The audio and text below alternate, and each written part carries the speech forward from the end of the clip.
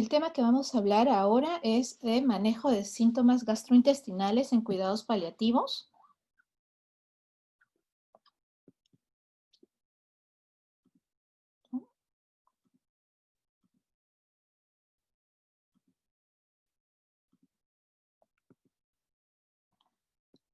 La idea de este tema es que podamos reconocer el estado y el impacto de los síntomas gastrointestinales en los pacientes pediátricos, ¿no?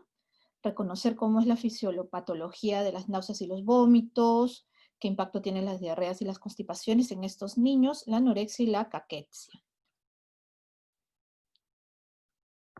Lo que vemos es que, y lo que sabemos es que muchos pacientes que tienen enfermedades que limitan su vida o que tienen un cáncer avanzado van a experimentar bastantes problemas gastrointestinales como resultado de muchas causas, ¿no? Entonces, no solo era el dolor, si bien es uno de los síntomas más frecuentes, los síntomas gastrointestinales también van a estar presentes en lo que son los cuidados paliativos, ¿no? Y tenemos, por ejemplo, que la anorexia y la caquexia se puede presentar casi en un 71 a 100% de los pacientes que, por ejemplo, se encuentran ya al final de la vida, ¿no? Las náuseas y los vómitos en un 50-57%, el estreñimiento hasta un 50% y las diarreas en un 40%.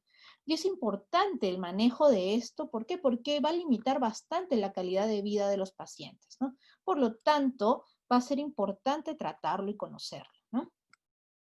¿Y qué síntomas se pueden presentar entonces al final de la vida? Vemos que al final de la vida vamos a encontrar todos estos síntomas, ¿no? Desde náuseas, vómitos, diarrea, en diferentes proporciones, ¿no? Pudiendo llegar hasta el 70% según algunos estudios, ¿no? Por ejemplo, las náuseas, los vómitos, ¿no? O lo que es el estreñimiento, hasta un 73%, ¿no? Entonces es importante reconocerlo para poder tratarlo. Ahora, el manejo de estos síntomas, ¿cómo se va a dar? La mayoría de estos síntomas van a ser angustiantes no solo para el paciente, ¿no? Sino también para la familia y se pueden manejar de forma gradual. Por eso tenemos algunos pasos que vamos a dar, ¿no?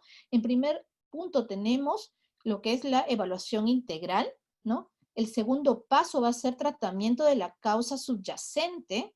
El tercero va a ser las terapias integrativas y rehabilitación. Y el cuarto ya la terapia farmacológica. Entonces, a lo largo de esta exposición vamos a ver estos 4 pasos para tratar todos estos síntomas, ¿no? Y vamos a empezar con un caso. Tenemos, por ejemplo, Carlos, de 12 añitos, que cursa el primero de secundaria, que vive con sus padres, sus hermanos, y en mayo del 2019, luego de un partido de fútbol, presenta un dolor, aumento de volumen, hinchazón en lo que es la pierna izquierda, ¿no? Y es diagnosticado de osteosarcoma de tibia proximal, ¿no? Lastimosamente, así como ven en la foto, aún nos llegan pacientes con este tamaño de tumores, ¿no? Con tumores muy grandes, ¿no? Él inicia tratamiento e inicia quimioterapia con cisplatino y doxorubicina. ¿Y qué le sucede? Pues, ¿no? Durante el tratamiento de quimioterapia lo que presenta son náuseas y vómitos frecuentes, ¿no? Entonces, ¿cuál es la causa más probable de estas náuseas y los vómitos de Carlos? ¿Cuál creen que sea?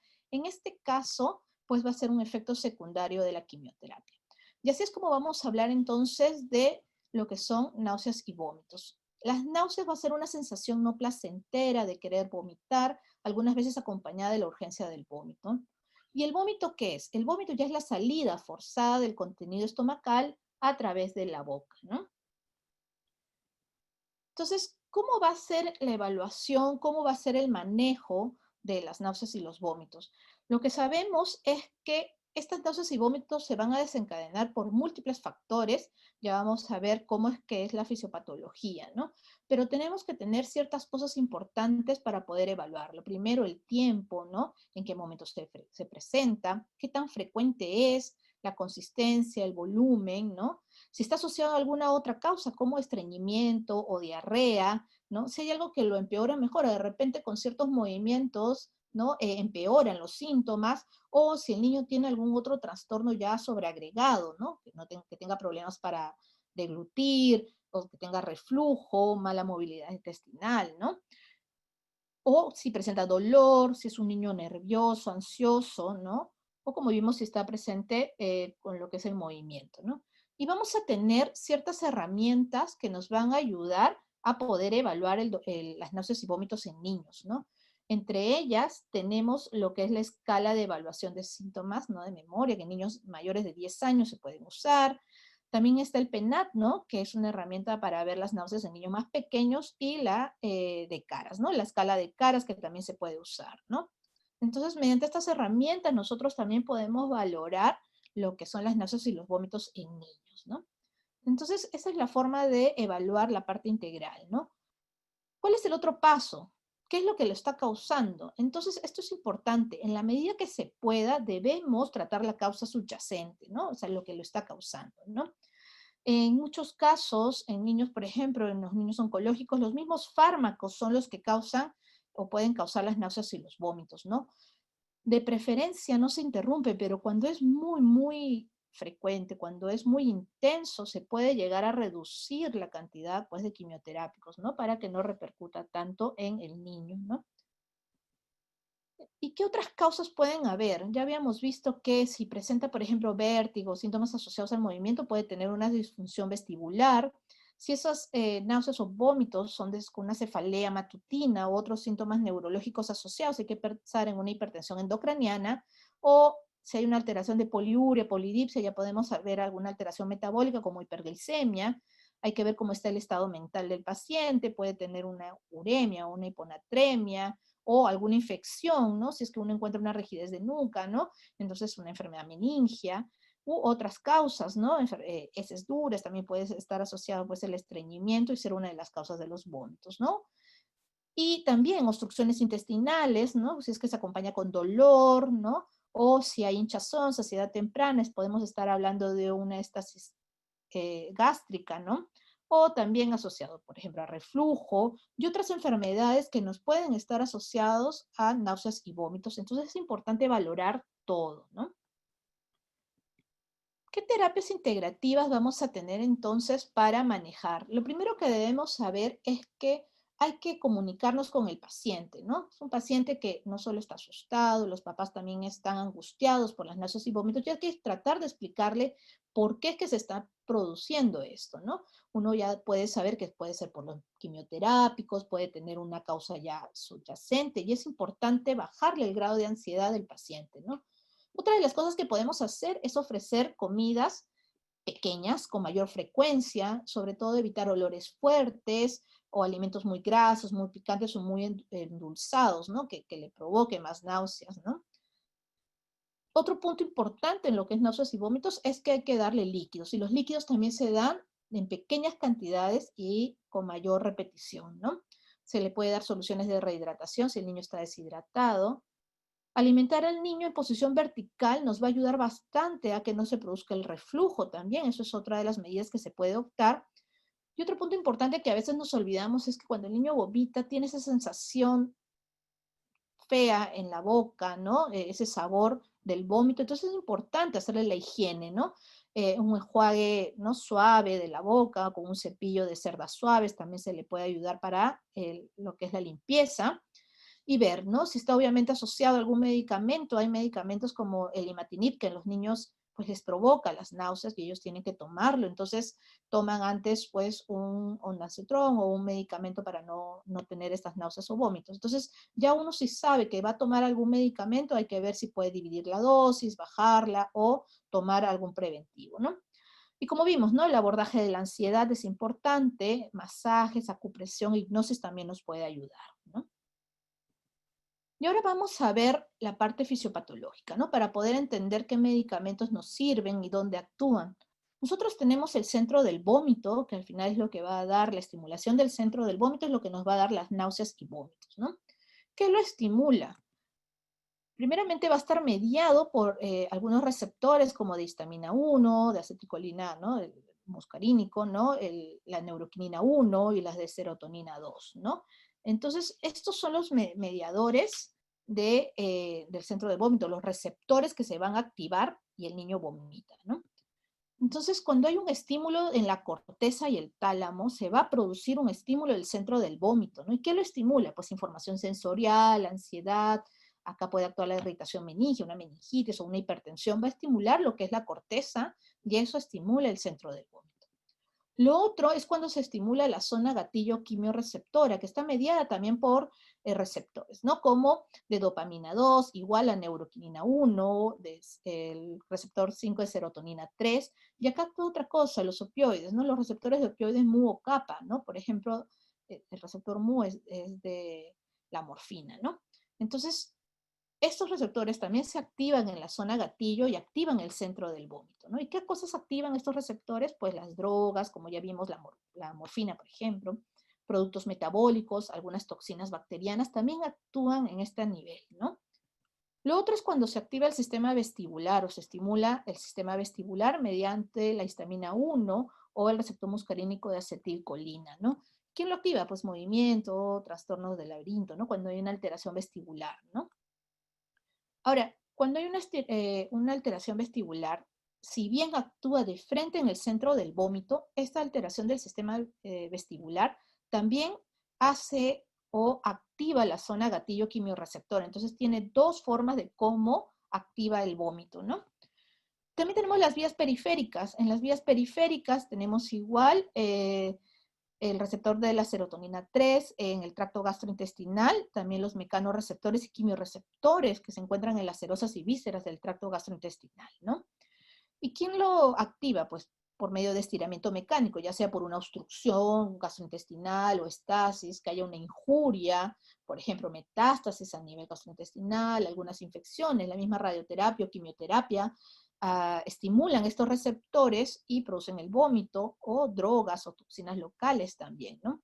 Y este no solo actúa también directamente al centro del vómito, sino también a la zona de gatillo, ¿no? Entonces es así como se produce el vómito, ¿no? Ahora, ¿por qué es importante saberlo? Porque los diferentes fármacos que vamos a tener van a actuar no en una, sino pueden actuar en diferentes zonas, ¿no? Por ejemplo, si el paciente pues tiene la activación de la corteza, nosotros podemos usar las benzodiazepinas para mejorar el vómito, ¿no? Pero para mejorar la parte vestibular, para bloquear estos receptores de histamina 1, por ejemplo, tenemos el imidrinato, la ciclicina, la difenhidramina, que van a bloquear los receptores H1 y de acetilcolina, ¿no? El muscarínico de acetilcolina, ¿no? Entonces, ahí donde actúan estos medicamentos, ¿no? Tenemos que el ondansetron y el granisentrón, que son otros medicamentos que ayudan para los vómitos, más bien van a actuar bloqueando el receptor de serotonina 3, ¿no? Y el aprepitan, que es uno de los nuevos, más recientes también, lo que acá actúa es bloqueando el receptor de neuroquinina 1, entonces actúa directamente en el centro del vómito, actúa también en la zona gatillo, ¿no? Entonces por eso es muy eficaz, ¿no? Y hay otros como la metoclopramida, el haloperidol, lo que hace es bloquear el receptor de dopamina 2, ¿no? Y por último tenemos las fenotiacidas o levomepromazima, ¿no? Que estos bloquean los receptores de histamina 1, entonces actúa tanto en el centro del vómito como en el sistema vestibular, ¿no? Entonces, este cuadro es muy importante porque nos ayuda a entender cómo es que actúan todos los medicamentos para mejorar las náuseas y vómitos en un paciente, ¿no? Y si da una combinación de estos medicamentos es que uno va a poder tratarlos, ¿no? Entonces ya en resumen, si tenemos pues condiciones que son inducidas por drogas, como la morfina, podemos utilizar el ondansetron o el haloperidol para el vaciamiento gástrico retrasado, la domperidona. Si es por una alteración de quimioterapia o radioterapia, también ondansetron. Lo que usamos dexametasona y aprepitan, ¿no? Si hay una obstrucción intestinal, ya se puede usar la ciclicina, la iosina, la dexametasona. Hipertensión, usamos dexametasona y ciclicina, y causas metabólicas, por ejemplo, el haloperidol, ¿no? Y este cuadro es igual, nos ayuda a ver cuáles serán, dónde es que actúan los receptores, cuáles son los medicamentos que median o bloquean estos receptores para disminuir el centro o disminuir las náuseas y los vómitos, ¿no? Y acá están las dosis, ¿no? Tanto los mecanismos de acción, los medicamentos que usamos y las dosis que pueden encontrar, eso lo encuentran realmente todas las guías, también va a estar colgado, no se lo tienen que aprender de memoria, ¿no? Pero una cosa importante que sí deben saber, sobre todo cuando vemos pacientes oncológicos, por ejemplo, es que hay medicamentos que van a ser más emetogénicos que otros, ¿no? Y el ASCO nos da la guía, ¿no? O sea, hay medicamentos que, como el cisplatino, las altas dosis de ciclofosfamida o la actinomicina, nosotros ya sabemos que son medicamentos que de todas maneras van a producir que el paciente vomite, ¿no? El 90%, más del 90% de los pacientes van a vomitar, sobre todo si son adolescentes, ¿no? Entonces, acá está qué es lo que se le debe dar, qué combinaciones debemos usar. En estos casos, donde ya es una categoría metogénica grado 5, donde de todas maneras va a vomitar, se debe usar un antagonista de la serotonina, se debe usar dexametasona. Nosotros usamos aprepitant en niños, ¿no? En niños más grandes, adolescentes, ¿no? Y esta combinación nos ayuda a mantener mejor a los niños, ¿no? Pero hay medicamentos donde realmente el índice metogénico es poco, ¿no? Como la capecitabina, menos del 10%. Entonces, pues uno puede usar drogas menos, o combinaciones de drogas menores que otras, ¿no? Entonces, es un cuadro interesante que nos va a ayudar a ver qué es lo que podemos usar, ¿no?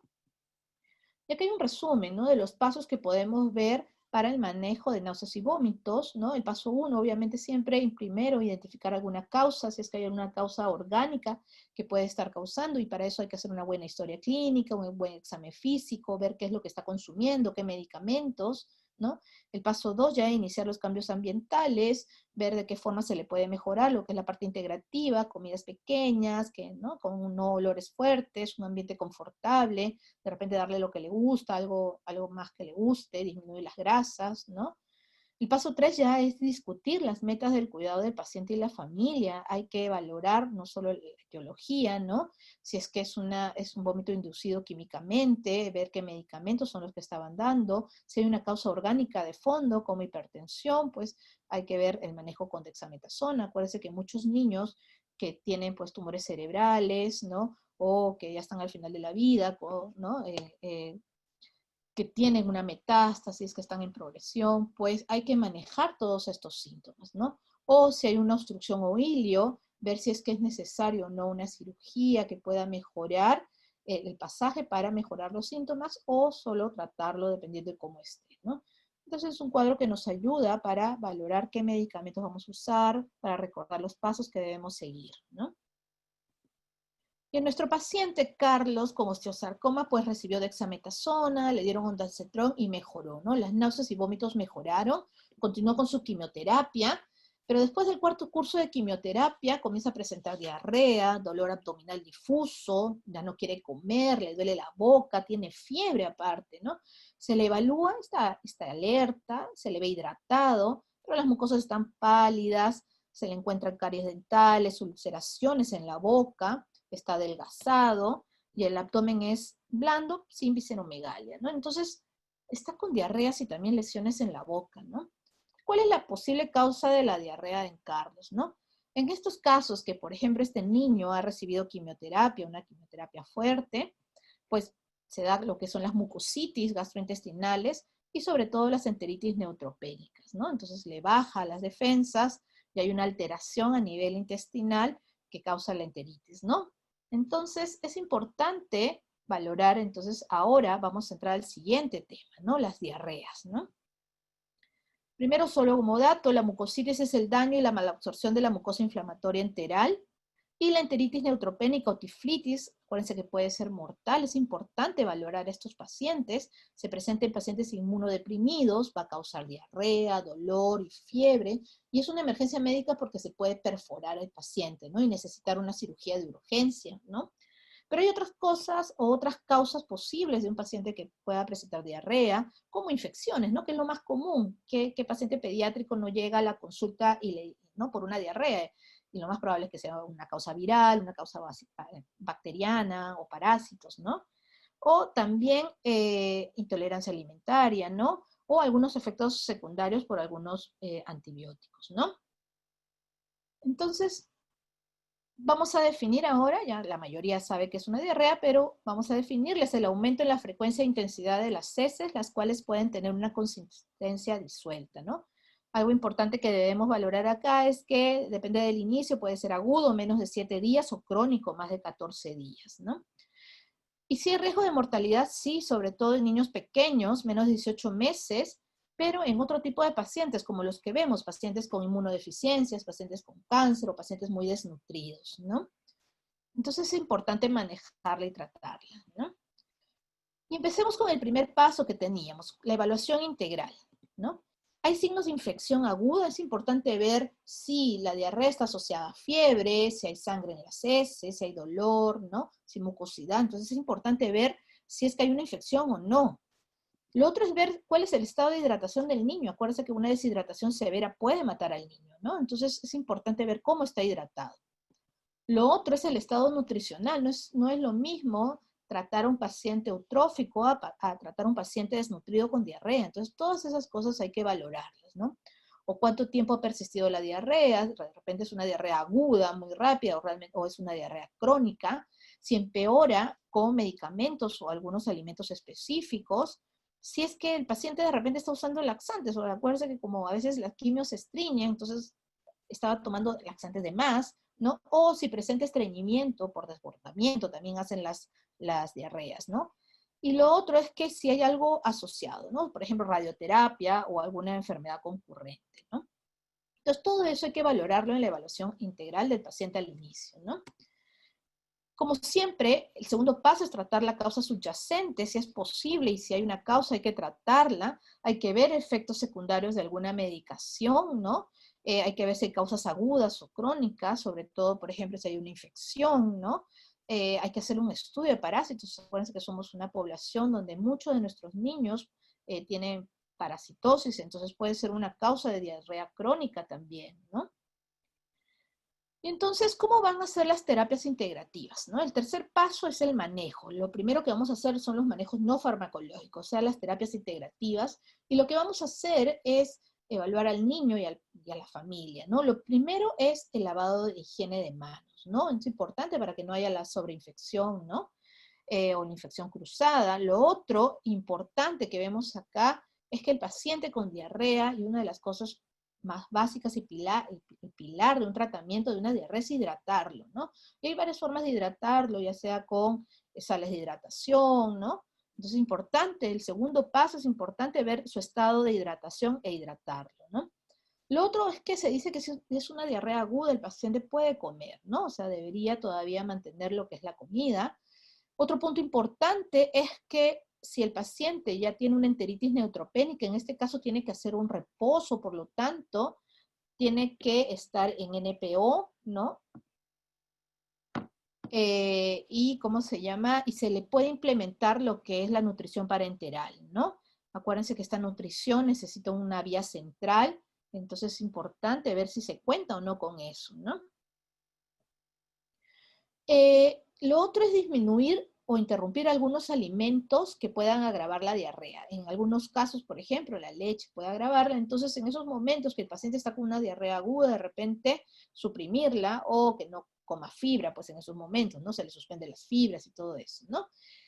Y lo otro importante, como ven acá, es que prevenir la zona de la piel del niño, ¿no? Si el niño está con diarreas, es una zona que se puede irritar, que puede ser un foco más infeccioso si es que eso se esfacela, por lo tanto hay que estar atentos al cambiado seguido del pañal, no dejarlo con las deposiciones, y medidas de relajación integrativas o técnicas de relajación integrativas también van a ayudarlo, ¿no?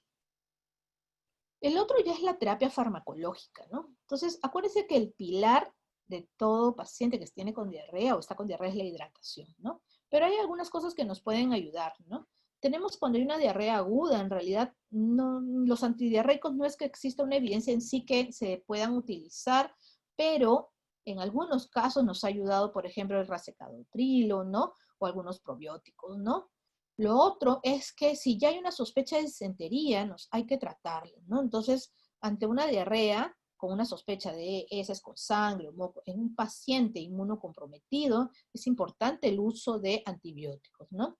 ¿Qué pasa si está asociado a un dolor abdominal tipo cólico y uno sabe que no tiene ya alguna otra causa, que no es un problema quirúrgico ni nada de eso? Pues se puede usar la iosina, ¿no? Y en diarrea crónica persistente hay algunos medicamentos como la loperamida, ¿no? El succinillato de bismuto, ¿no? Que nos puede ayudar, ¿no? Siempre con precaución. Nosotros, por ejemplo, sí usamos la loperamida en algunos protocolos de quimioterapia que sabemos que el medicamento va a causar diarreas como el irinotecan, entonces usamos, ¿no? Y en algunos casos, ¿no? que se usa o está usando la morfina más bien le puede ayudar, ese efecto que produce la morfina de estreñimiento puede ser beneficioso, ¿no? Entonces seguimos con Carlos. A Carlos le aparece, aparte de la diarrea, tenía unas lesiones en la boca, ¿no? Después de la quimio, y lo que presenta es una mucositis, ¿no? Entonces habíamos visto que tiene una mucositis, y la mucositis es una complicación frecuente también en pacientes inmunocomprometidos o pacientes que están recibiendo tratamiento contra el cáncer, ¿no? Y el problema es que es una condición que duele bastante, ¿no? Y afecta bastante la calidad de la vida porque el niño no va a poder comer, ¿no? Entonces hay un deterioro en la calidad de la vida significativo, por lo tanto es importante tratarlo, ¿no? Entonces la quimioterapia causa inflamación, ulceración, daño de la parte tisular, sobre todo de las mucosas, a lo largo de todo el tratamiento del tracto digestivo, no solo en la boca, se pueden ver las lesiones a nivel perianal también, ¿no? Entonces las lesiones orales más comunes incluyen mucositis, serostomía, caries, trismus o ulceraciones de la boca con llagas y sangrado, ¿no? Y el problema es que sobre estas lesiones se puede agregar procesos infecciosos virales, bacterianos o fúngicos, ¿no? Entonces es importante manejarlo, ¿no? La OMS nos lo clasifica y nos va a ayudar a la clasificación de las mucositis en grado 0 cuando no hay ni una lesión, grado 1 cuando tiene dolor oral y eritema, un grado 2 ya presenta úlceras y eritema oral, pero el paciente todavía tolera la dieta sólida, ¿no? En un grado 3 tenemos úlceras orales, pero el paciente solo tolera dieta líquida, y el grado 4 donde el paciente simplemente no puede alimentarse, no puede ingerir, ¿no? Entonces, en este caso, nuestro paciente Carlos tenía una mucositis grado 4 con bastante dolor, muy intenso, que le impedía, ¿no?, digerir los alimentos, tanto sólidos como líquidos, afectando su calidad de vida, ¿no? Entonces, ¿cómo vamos a evaluar la mucositis? Igual una evaluación integral, ¿no? Hay que ver en forma completa el examen físico, las lesiones que pueda tener en la boca, si es que puede deglutir o no, si rechaza los alimentos, de repente los rechaza solo por dolor, ¿no? Y si hay alguna otra causa asociada, sobre todo si es que hay que estar atentos, si es que puede haber ya una candidiasis oral o caries dentales que se puedan acceder aparte, ¿no? Entonces es importante valorar todo eso, ¿no? Y el tratamiento de causa subyacente, acá lo importante también va a ser prevenir sobre todo, ¿no? ¿Por qué? Porque la mayoría de nuestros niños, ¿no?, nos pueden venir con caries y eso dificulta bastante el manejo porque después se complican. Por lo tanto, es importante la evaluación por el odontopediatra, ¿no? Entonces, siempre nosotros tenemos a la mano nuestra odontopediatra que va viendo que los niños no tengan caries, cómo están las encías, cómo está la calidad de la boca, la higiene y todo eso, ¿no? ¿Y qué terapias integrativas tenemos? Ya vimos la prevención, ¿no? La prevención es lo más importante y para prevenir es importante una buena hidratación, ¿no? Para prevenir las lesiones de las mucositis por quimioterapias, lo básico es hidratarse muy bien al paciente. El problema que tenemos es casi siempre con los adolescentes, que son los que no quieren tomar líquidos, ¿no? Lo otro es el control del dolor, porque la mucositis duele, hay medicamentos que nos van a ayudar, ¿no?, los analgésicos, ¿no? Otra cosa importante es el soporte nutricional. Si ya sabemos que el niño no come y no va a poder comer porque todavía el cuadro va a durar, pues hay que asegurarnos pues la nutrición parenteral, ¿no? Y si es posible, reducción de dosis de quimioterápicos o retiradas si es que eso es posible. Tratamos de no hacerlo. Hemos tenido casos donde hemos tenido que reducir las quimioterapias a un 70%, 75% por los efectos adversos que tiene el paciente, ¿no? Y mantener una buena higiene bucal, entonces hay que lavarse, ¿no? De repente con cerdas más suaves, si es que ya está irritada la mucosa oral, ¿no? Pero lavarse la boca e hidratarse, ¿no? En otros países, no nosotros, usan crioterapia o terapia con láser de bajo nivel, ¿no? Pero eso todavía no lo usamos nosotros, por ejemplo, ¿no? Y las medidas farmacológicas que vamos a usar, ¿no? Entonces, el tratamiento de la mucositis es básicamente el manejo del dolor. Se pueden usar analgésicos tópicos como lidocaína, también analgésicos orales o parenterales. He visto que en algunos casos pueden usar lo que es el factor de crecimiento de queratinocitos para reducir la mucositis que se da sobre todo en pacientes que van a ir a un trasplante, ¿no?, que están post-trasplantados, ¿no? Son medicamentos que se pueden llegar a usar, ¿no? Entonces, básicamente es el manejo del dolor y manejo de las causas sobreagregadas que puedan tener, ¿no? Si es que tiene una infección o no, por ejemplo, ¿no? En nuestro caso, Carlitos tenía una sobreinfección por una cándida, entonces se le dio no solo antibiótico para el problema de la enteritis neutropénica, sino también fluconazol para la mucositis. estaba bajo defensas, por lo tanto se le dio el filgastrin, que es un factor de crecimiento de colonias, se le dio los AINES, y como tenía bastante dolor por la mucositis grado 4 que tenía, pues se manejó con morfina a dosis de cada 4 horas, más dosis de rescates, ¿no? Mejoró bastante el cuadro de la enteritis, mejoró bastante la mucositis, pero al día 14 de tratamiento comenzó a quejarse de dolor abdominal moderado, ¿no?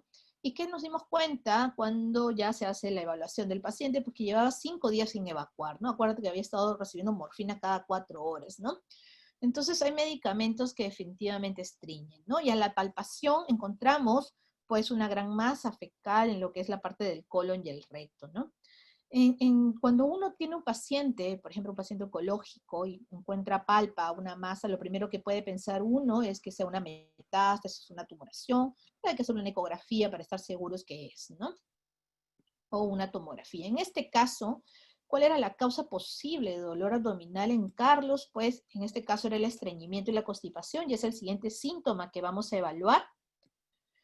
Entonces, la constipación, ¿cómo la van a definir? Hay consenso, el consenso de Roma 3, pero este es un niño sano, por ejemplo, ¿no? Que debe presentar por lo menos 2 de los siguientes criterios, ¿no? Durante 2 meses, 2 o menos defecaciones por semana, al menos un episodio de incontinencia por semana, antecedentes de retención excesiva de heces, deposiciones dolorosas o duras, presencia de gran masa fecal en el recto o heces de gran diámetro en lo que es el inodoro, pues, ¿no? Pero esto no lo podemos aplicar exactamente a niños que están con enfermedades que limitan su vida, porque esto es para niños sanos. Entonces, no hay definiciones exactas para estos niños, ¿no? Pero sí nos podemos basar, ¿no? Lo que sí tenemos son factores de riesgo, ¿no? Para los niños con enfermedades que limitan su vida, como condiciones neurológicas crónicas que van a producir los estreñimientos, ¿no? Un cáncer intraabdominal, si tengo una masa que va a obstruir pues la salida o la evacuación de heces también, ¿no? La inactividad, muchos niños estos están en inactividad, están postrados, ¿no? Pobre ingesta de líquidos o alimentos por su misma condición, o medicamentos, tanto para el dolor como opioides, antieméticos, antidepresivos tricíclicos, las fenotiacidas, diuréticos, antihistamínicos, o algunos fármacos que también producen estreñimiento como la vincristina, ¿no? Entonces es importante valorar esto, ¿no? En pediatría la mayoría tiene estreñimiento funcional, casi el 95% sin una evidencia o causa, ¿no? Pero en niños que tienen enfermedades que amenazan su vida, sí hay causas orgánicas y hay que valorarlas, ¿no? Entonces, como en todo manejo, hay que hacer la evaluación integral con un examen físico completo, ¿no? Evidenciar también las rutinas o hábitos de evacuación, ¿no? Y ver si hay algún compromiso neurológico asociado o no, como debilidad motora de extremidades inferiores, parestesia, retención urinaria, incontinencia fecal, que puede evidenciar que el paciente esté haciendo problemas también de estreñimiento por una causa neurológica, evaluar si es que hay una masa o no, como lo habíamos visto, ¿no? ¿Y qué causas subyacentes vamos a encontrar? Realmente hay una lista de causas, ¿no? Que nos pueden ayudar, como la inadecuada ingesta de líquidos y fluidos, que ya hemos visto, una actividad reducida, el deterioro neurológico, como ya lo vimos, las neuropatías que producen, ¿no? La vincristina también, o compresión medular por una masa que también va a hacer que el niño tenga estreñimiento, ¿no?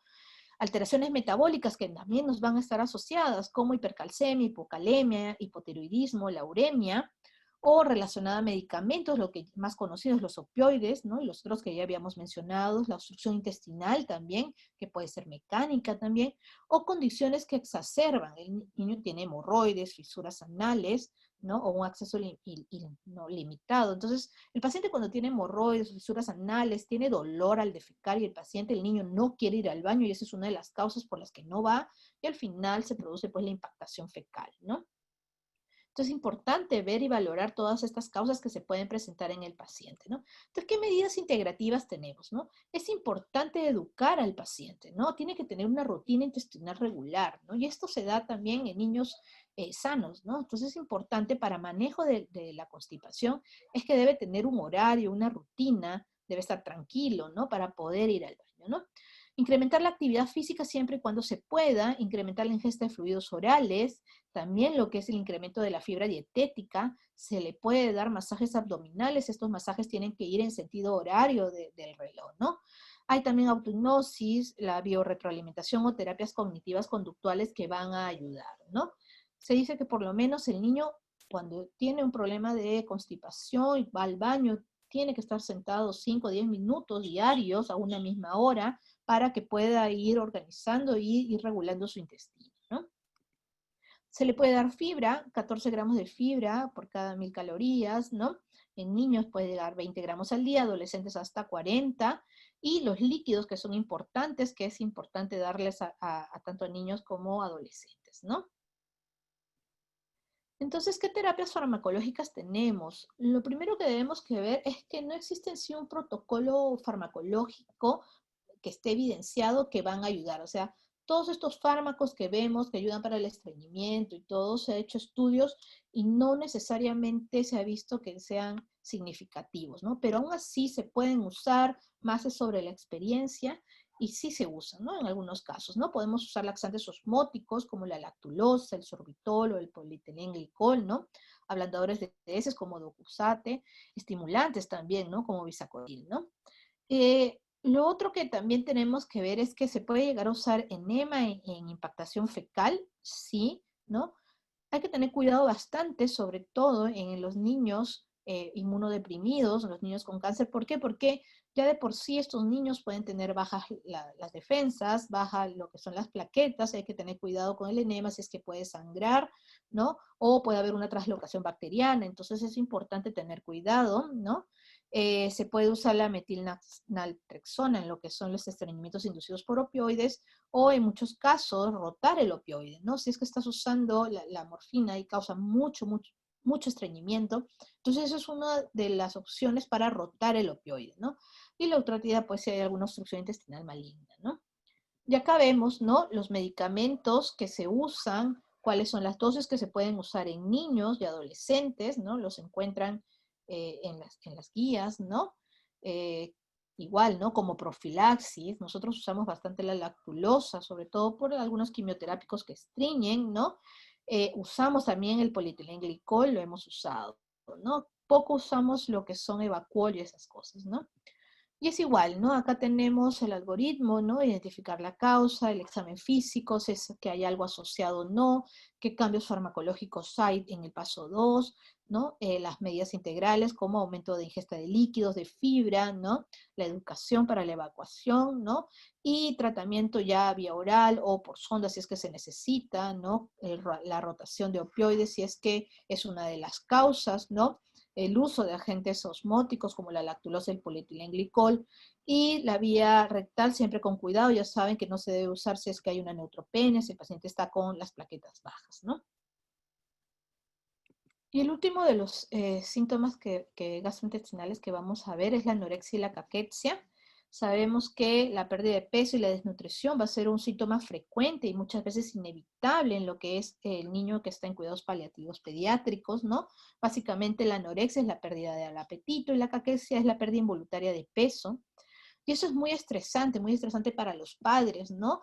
Que el niño no coma realmente los estresa, ¿no? Algo que ellos no soportan y por lo tanto influye todo lo que es la angustia a nivel familiar, es que el niño no coma, ¿no? El grado de caquesia se va a relacionar directamente también con el pronóstico y la calidad de vida, ¿no?